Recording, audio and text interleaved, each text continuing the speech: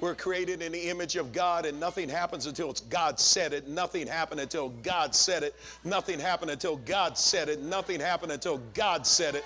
Nothing happened until God said it. And you're the son of God, and nothing will happen in your life until you say it. Redeemed of the Lord ought to say, so I'm healed. Say, so I'm delivered. Say, so I'm free. Say, so I walk in wisdom. Say, so I'm led by the Holy Ghost. Say, so I'm comforted. Say, so he's with me. Say, so I'm whole. There needs to be a proclamation, and part of our worship is to proclaim our benefits, our identity in the midst of God's people. You are a chosen generation. You are a royal priesthood. You are a holy nation. You're a peculiar people, that you should show forth the praises of him. Brought you out of darkness. Didn't he do it? Into the marvelous light. Didn't he do it? Didn't he bring you up out of a horrible pit? Didn't he do it? Didn't he establish your goings and your comings? Doesn't he ordain your starts? Doesn't he ordain your stops? That's our God. And the redeemed of the Lord, they ought to say so. Don't ever let clapping be substitute for you saying something in the sanctuary.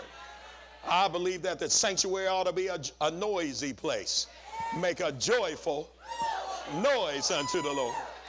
You should say so much that you make your neighbor mad and they start saying something.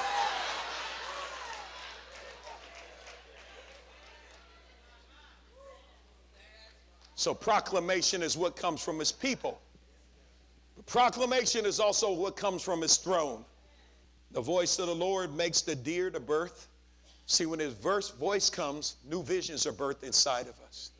Oh, listen, when his voice comes, new dreams are birthed inside of us. When his voice comes, new innovations are birthed inside of us, and new inventions and new business models and new formulas are birthed inside of us. The voice of the Lord, it will birth like a deer. You see, when I respond to the voice of the Lord in the storm, the voice of the Lord that's powerful, the voice of the Lord that is full of majesty, the voice that breaks up every condition in my life, the voice that separates his ministries, the voice in the wilderness. That's why when I get to the sanctuary and I hear his voice, I just say, glory. In the midst of all that's going on, I just say, glory, glory, glory, glory. Glory in the New Testament, the word glory is the word doxa. It is the sum total of his weight. And I've discovered thine is the kingdom. You rule over everything. Thine is the power. You can do anything. And thine is the glory. Your presence changes everything. Worship is proclamation. Our worship is magnification. Our worship is exaltation. Our worship is adoration and admiration and celebration. Our worship is proclamation. But our worship is also donation. See, I have to come with a gift before the Lord. And don't ever think that the offering and our time of giving is apart from our worship. It is your worship. You see, donation is a gift, a contribution of food or money or material to a charitable organization or an institution.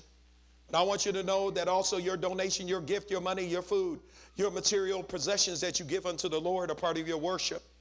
You see, here in Psalm 96, verse number 8, right next door, it says, give to the Lord the glory due his name. Bring an offering. Come into his presence. Come into his courts. See, I don't want to do empty-handed worship. I want to make sure that when I come to worship, I come prepared to offer up something to the Lord. And your worship is also your dedication, saints, that goes beyond. When the music stops, when all the microphones are turned off, how do I worship God then? It's my dedication. Dedication is a strong loyalty and support to someone out of love. And see, I can't sing right and live wrong.